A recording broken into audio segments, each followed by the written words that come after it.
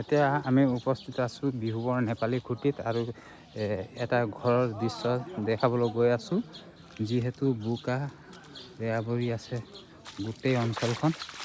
এতিয়া ভিতৰত গৈ আছোঁ। এতিয়া চাই লওক ঘৰৰ ভিতৰত বোকা কিমান আছে। এয়া গোটেই বোকা বোকা হৈ পৰিছে। এয়া বিচনা বোকা চক কিমান বোকা। লাহে লাহে যাব লাগিব। এয়া বোকা। ইয়াত স্কুটি পৰি আছিলে, যিহেতু যোৱাকালি উঠাই নি কিনি বনাব দিছোঁ। এতিয়া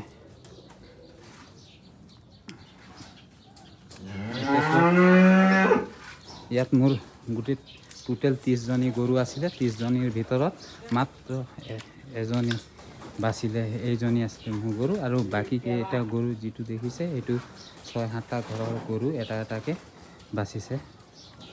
আৰু এয়া চব এইটো আমি খেতি কৰিছিলোঁ, যিহেতু ইয়াত 3টা গৰু মৰি থোৱা আছে।